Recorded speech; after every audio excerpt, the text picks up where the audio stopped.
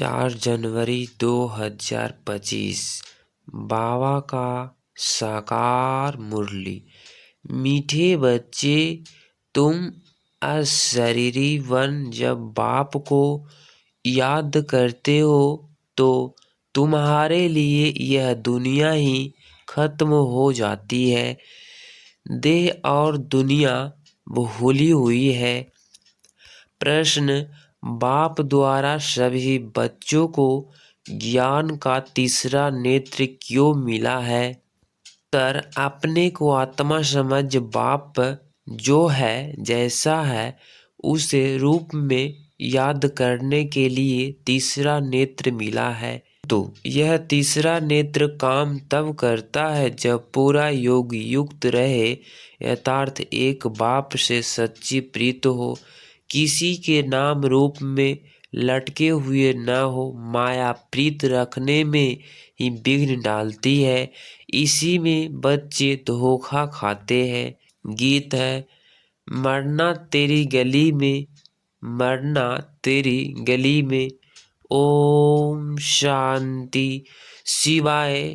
तुम ब्राह्मण बच्चों के इस गीत का अर्थ कोई समझ न सके, जैसे वेद शास्त्र आदि बनाए हैं, परंतु जो कुछ पढ़ते हैं उसका अर्थ नहीं समझ सकते। इसीलिए बाप कहते, मैं ब्रह्मा मुख द्वारा सब वेदों शास्त्रों का सार समझाता हूँ। वैसे ही इन गीतों का अर्थ भी कोई समझ नहीं सकते, बाप ही इनका अर्थ बताते हैं। आत्मा जब शरीर से न्यारी हो जाती है तो दुनिया से सारा संबंध टूट जाता है। गीत में भी कहता है, अपने को आत्मा समझ अशरीरी बन, बाप को याद करो तो यह दुनिया खत्म हो जाती है। यह शरीर इस पृथ्वी पर है, आत्मा इनसे निकल जाती है तो फिर उस समय उनके लिए मनुष्य सृष्टि है नहीं। आत्मा नंगी बन जाती है, फिर जब शरीर में आती है तो पाठ शुरू होता है। फिर एक शरीर छोड़ दूसरे में जाकर प्रवेश करती है। वापिस ममत्व में नहीं जाना है, उड़कर दूसरे शरीर में जाती है। यहाँ इस आकाश तत्व में ही उनको पाठ बजाना है, मूल वतन में नहीं जाना है। जब शरीर छोड़ते हैं तो न यह कर्म बंधन न वह कर्म बंधन रहता है, शरीर से ही अलग हो जाते हैं ना। फिर दूसरा शरीर लेते तो वह कर्म बंधन शुरू होता है। यह बातें सिवाय तुम्हारे और कोई मनुष्य नहीं जानते। बाप ने समझाया है, सब बिल्कुल ही बेसमझ है, परंतु ऐसे कोई समझते थोड़े ही है। अपने को कितना अक्लमंद समझते हैं, फीस प्राइज देते रहते हैं। यह भी तुम ब्राह्मण कुलभूषण अच्छी रीति समझा सकते हो, वह तो जानते ही नहीं कि पीस किसको कहा जाता है। कोई तो महात्माओं के पास जाते हैं कि मन की शांति कैसे हो, यह तो कहते हैं वर्ल्ड में शांति कैसे हो। ऐसे नहीं कहेंगे कि निराकारी दुनिया में शांति कैसे हो, वह तो है ही शांति धाम। हम आत्माओं शांति धाम में रहती है, यह तो मन की शांति करते हैं। वह जानते नहीं कि शांति कैसे मिलेगी। शांति धाम में तो अपना घर है, यहाँ शांति कैसे मिल सकती। हाँ, सतयुग में सुख शांति संप्रति सब है, जिनकी स्थापना बाप करते हैं। यहाँ तो कितनी अशांति है, यह सब तुम बच्चे ही समझते हो। सुख शांति संपत्ति भारत में ही थी, वह वर्षा बाप का, और दुख अशांति कंगालपना यह वर्षा है रावण का। यह सब बातें बेहद का बाप बैठ बच्चों को समझाते हैं। बाप परम धाम में रहने वाले नॉलेज फुल है, जो सुख धाम का हमको वर्षा देते हैं, वह हम आत्माओं को समझा रहे हैं। यह जो जानते हो नॉलेज होती है आत्मा में, उनको ही ज्ञान का सागर कहा जाता है। वह ज्ञान का सागर इस शरीर द्वारा वर्ल्ड की हिस्ट्री ज्योग्राफी समझाते हैं। वर्ल्ड की आयु तो होनी चाहिए ना, वर्ल्ड तो है ही, सिर्फ नई दुनिया और पुरानी दुनिया कहा जाता है। यह भी मनुष्यों को पता नहीं न्यू वर्ल्ड से ओल्ड वर्ल्ड होने में कितना समय लगता है। तुम बच्चे जानते हो कलयुग के बाद सतयुग जरूर आना है, इसीलिए कलयुग और सतयुग में संगम पर बाप को आना पड़ता है। यह भी तुम जानते हो परमपिता परमात्मा ब्रह्मा द्वारा नई दुनिया की स्थापना, शंकर द्वारा विनाश कराते हैं। त्रिमूर्ति का अर्थ ही यह है, स्थापना, विनाश, पालना। यह तो कॉमन बात है, परंतु यह बातें तुम बच्चों भूल जाते हो। नहीं तो तुमको खुशी खुशी बहुत रहे, निरंतर याद रहनी चाहिए। बाबा हमको अब नई दुनिया के लिए लायक बना रहे हैं। तुम भारतवासी ही लायक बनते हो और कोई नहीं। हाँ, जो और धर्मों में कन्वर्ट हो गए हैं वह आ सकते हैं, फिर इसमें कन्वर्ट हो जाएंगे जैसे उसमें हुए थे। यह सारी नॉलेज तुम्हारी बुद्धि में है, मनुष्यों को समझाना है। यह पुरानी दुनिया अब बदलती है। महाभारत लड़ाई भी जरूर लगनी है। इस समय ही बाबा आकर राजयोग सिखलाते हैं। जो राजयोग सीखते हैं वह नई दुनिया में चले जाएंगे। तुम सबको समझा सकते हो कि ऊंचे ते उच्च है भगवान, फिर ब्रह्मा विष्णु शंकर, फिर आओ यहाँ मुख्य है जगत अम्बा जगत पिता। बाप आते ही यहाँ है ब्रह्मा के तन में। प्रजापिता ब्रह्मा तो यहाँ है ना, ब्रह्मा द्वारा स्थापना सूक्ष्म वतन में तो नहीं होगी ना, यहाँ ही होती है। यह व्यक्त से अव्यक्त बन जाते हैं। यह राजयोग सीख फिर विष्णु के रूप बनते हैं। वर्ल्ड की हिस्ट्री ज्योग्राफी समझानी चाहिए ना, मनुष्य ही समझेंगे, वर्ल्ड का मालिक ही वर्ल्ड की हिस्ट्री ज्योग्राफी समझा सकते हैं। वह नॉलेज फुल पुण्य जन्म रहित है। यह नॉलेज किसकी बुद्धि में नहीं है, परखने की भी बुद्धि चाहिए ना, या ऐसे ही है। वर्ज देखनी चाहिए। एक अजमल खां नामी ग्रामी वैद्य होकर गया है। कहते हैं देखने से ही उसको बीमारी का पता पड़ जाता था। अब तुम बच्चों को भी समझाना चाहिए कि यह लायक है या नहीं है। बाप ने बच्चों को ज्ञान का तीसरा नेत्र दिया है, जिससे तुम अपने को आत्मा समझ बाप जो है जैसा है उसको उसी रूप में याद करते हो। परंतु ऐसी बुद्धि उनकी होगी जो पूरा योग युक्त होंगे, जिनकी बाप से प्रीत बुद्धि होगी। सब तो नहीं है ना, एक दो के नाम रूप में लटक पड़ते हैं। बाप कहते हैं प्रीत तो मेरे साथ लगाओ। माया ऐसी है जो प्रीत रखने नहीं देती है, माया भी देखती है। हमारा ग्राहक जाता है तो एकदम नाक कान से पकड़ लेती है, फिर जब धोखा खाते हैं तब समझते हैं माया से धोखा खाया।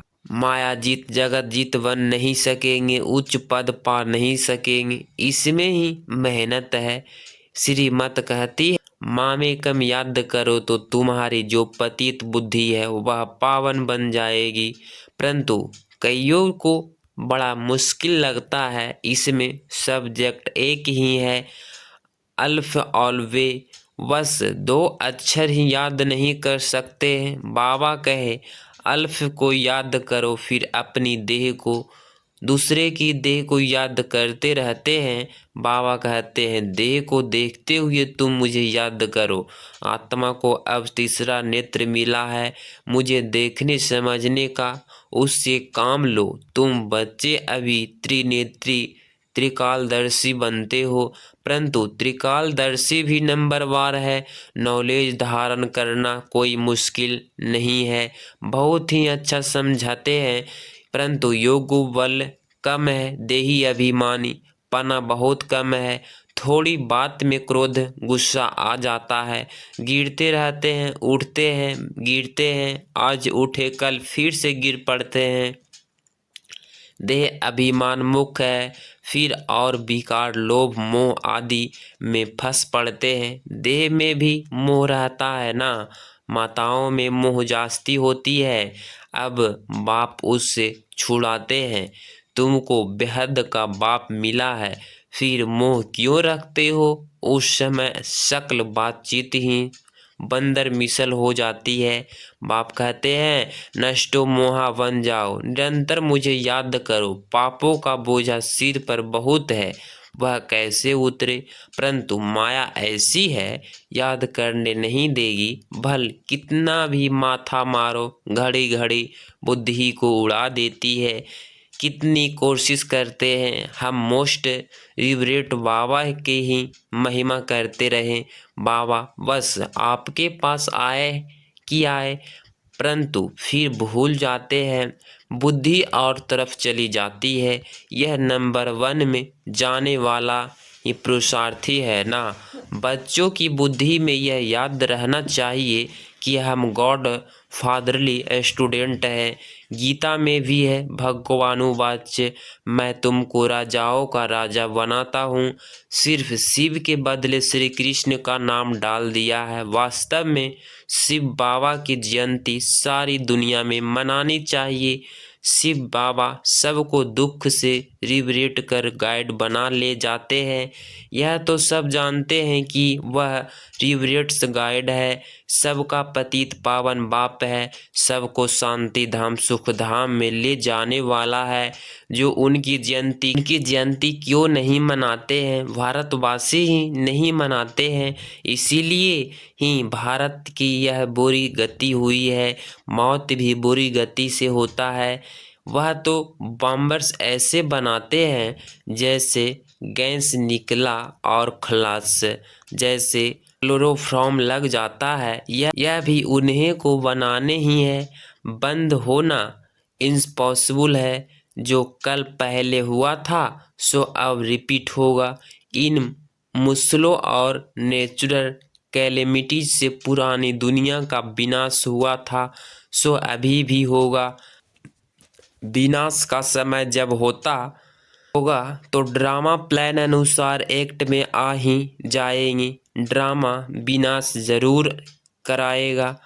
रक्त की नदियाँ यहाँ बहेगी। हारे में भी थोड़े जानते हैं कि यह दुनिया बदल रही है। अब हम जाते हैं सुखधाम, तो श्वेत ज्ञान के अतीन्द्रिय सुख में रहना चाहिए। जितना याद में रहेंगे उतना सुख बढ़ता जाएगा। छी देह से नष्टो मोहा होता जाएगा। बाप सिर्फ कहते हैं, अल्फ को याद करो तो बादशाही तुम्हारी है। बादशाह को बच्चा हुआ तो गोया बच्चा बादशाह बना। तो बाप कहते हैं, मुझे याद करते रहो और चक्र को याद करो तो चक्रवर्ती राजा महाराजा बनेंगे। इसीलिए गाया जाता है, सेकंड में जीवन मुक्ति, सेकंड में बेगर टू प्रिंस। कितना अच्छा है। तो श्रीमत पर अच्छी रीति चलना चाहिए, कदम कदम पर राय लेनी होती है। बस बाप समझाते हैं, मीठे बच्चे ट्रस्टी बनकर रहो तो ममत मिट जाए। ट्रस्टी बनना मासी का घर नहीं है, यह खुद ट्रस्टी बने हैं। बच्चों को भी ट्रस्टी बनाते हैं। यह कुछ भी लेते हैं क्या, कहते हैं तुम ट्रस्टी हो, संभालो, ट्रस्टी बनो, तो फिर ममत मिट जाता है। कहते हैं ईश्वर का सब कुछ दिया हुआ है, फिर कुछ नुकसान पड़ता है या कोई मर जाता है तो बीमार हो पड़ते हैं, मिलता है तो खुशी होती है। जबकि कहते हो ईश्वर को दिया हुआ है तो फिर मरने पर रोने की क्या दरकार है। परंतु माया कम नहीं है, मासी का घर थोड़े ही है। इस समय बाप कहते हैं, तुमने हमको बुलाया है कि इस पतित दुनिया में हम नहीं रहना चाहते हैं, हमको पावन दुनिया में ले चलो, साथ ले चलो, परंतु इसका अर्थ भी नहीं समझते हैं। पतित पावन आएगा तो जरूर शरीर खत्म होंगे ना, तब तो आत्माओं को ले जाएंगे। तो ऐसे बाप के साथ प्रीत बुद्धि होनी चाहिए, एक से ही लब रहना चाहिए, उसको ही याद करना है। माया के तूफान तो आएंगे, कर्मेंद्रियों से कोई विकर्म नहीं रहना चाहिए, वह बेकायदे हो जाता है। बाप कहते हैं, मैं आकर इस शरीर का आधार लेता हूँ, यह इनका शरीर है ना। तुमको याद बाप को करना है। तुम जानते हो ब्रह्मा भी बाबा, शिव भी बाबा है, विष्णु और शंकर को बाबा नहीं कहेंगे। शिव है निराकार बाप, प्रजापिता ब्रह्मा है साकार बाप। अब तुम साकार द्वारा निराकार बाप से वर्षा ले रहे हो। दादा इसमें प्रवेश करते हैं, तब कहते हैं, दादे का वर्षा बाप द्वारा हम लेते हैं। दादा ग्रैंड फादर है, निराकार बाप है साकार। यह वंडरफुल नई बातें हैं ना, त्रिमूर्ति दिखाते हैं, परंतु समझते नहीं। शिव को उड़ा दिया है। बाप कितनी अच्छी अच्छी बातें समझाते हैं, तो खुशी रहनी चाहिए। हम स्टूडेंट हैं, बाबा हमारा बाप टीचर सतगुरु है। अभी तुम वर्ल्ड की हिस्ट्री ज्योग्राफी बेहद के बाप से सुन रहे हो, फिर औरों को सुनाते हो। यह 5000 वर्ष का चक्र है। नॉलेज के बच्चे को वर्ल्ड की हिस्ट्री ज्योग्राफी समझानी चाहिए। 84 जन्मों की सीढ़ी क्या है, भारत की चढ़ती कला और उतरती कला कैसे होती है, यह समझाना है। सेकंड में भारत स्वर्ग बन जाता है, फिर 84 जन्मों में भारत नरक बनता है। यह तो बहुत ही सहज समझाने की बात है। भारत गोल्डन एज से आयरन एज में कैसे आता है, यह तो भारतवासियों को समझाना चाहिए, टीचर्स को भी समझाना चाहिए। वह है जिस्मानी नॉलेज है, यह रूहानी नॉलेज वह मनुष्य देते हैं, यह गॉड फादर देते हैं। वह है मनुष्य सृष्टि का बीज रूप, तो उनके पास मनुष्य सृष्टि का ही नॉलेज होगा। अच्छा, मीठे मीठे से खिलते बच्चों प्रति माता पिता बाप दादा का याद प्यार और गुड मॉर्निंग। रूहानी बाप की रूहानी बच्चों को नमस्ते नमस्ते। धारणा के लिए मुख्य सार पॉइंट नंबर फर्स्ट, इस छी देह से पूरा नष्टो मोहा बन ज्ञान के अतीन्द्रिय सुख में रहना है, बुद्धि में रहे। अब यह दुनिया बदल रही है, हम जाते हैं अपने सुख धाम। पॉइंट नंबर 2, ट्रस्टी बनकर सब कुछ संभालते हुए अपना ममत मिटा देना है। एक बाप से सच्ची प्रीत रखनी है, कर्मेंद्रियों से कभी भी कोई विकर्म नहीं करना है। 4 जनवरी 2025 का वरदान, ब्रह्मा बाप समान श्रेष्ठ ते श्रेष्ठ तस्वीर बनाने वाले परोपकारी भव। स्पष्टीकरण, श्रेष्ठ स्मृति और श्रेष्ठ कर्म द्वारा तकदीर की तकवीर तो सभी बच्चों ने बनाई है, अभी सिर्फ लास्ट टचिंग है संपूर्णता का। वह ब्रह्मा बाप समान श्रेष्ठ ते श्रेष्ठ बनने की, इसके लिए परोपकारी बनो, यथार्थ स्वार्थ भाव से सदा मुक्त रहो। हर परिस्थिति में, हर कार्य में, हर सहयोगी संगठन में जितना निस्वार्थपन होगा उतना ही पर उपकारी बन सकेंगे। सदा स्वयं के भरपूर अनुभव करेंगे, सदा प्राप्ति स्वरूप की स्थिति में स्थित रहेंगे, स्वर्ग के प्रति कुछ भी स्वीकार नहीं करेंगे। आज का स्लोगन है, सब्रत त्यागी बनने से ही सफलता व सहनशीलता का गुण आएगा। अपनी शक्तिशाली मनसा द्वारा सकाश देने की सेवा करो। यह सकाश देने की सेवा निरंतर कर सकते हो, इसमें तबीयत व समय की बात नहीं है। दिन रात इस बेहद की सेवा में लग सकते हो। जैसे ब्रह्मा बाप को देखा, रात को भी आँख खुली और बेहद की सकाश देने की सेवा होती रही। ऐसे फलो फादर करो। जब आप बच्चों बेहद को सकाश देंगे तो नज़दीक वाले ऑटोमेटिक सकाश लेते रहेंगे। इस बेहद की सकाश देने से वायुमंडल ऑटोमेटिक बनेगा। अगर इस चैनल पे आप डेली मुरली सुनते हैं तो चैनल को प्लीज़ सब्सक्राइब करें और प्यारा सा लाइक ज़रूर करें। मिलते हैं कल की मुरली में। ओम शांति, ओम शांति, ओम शांति।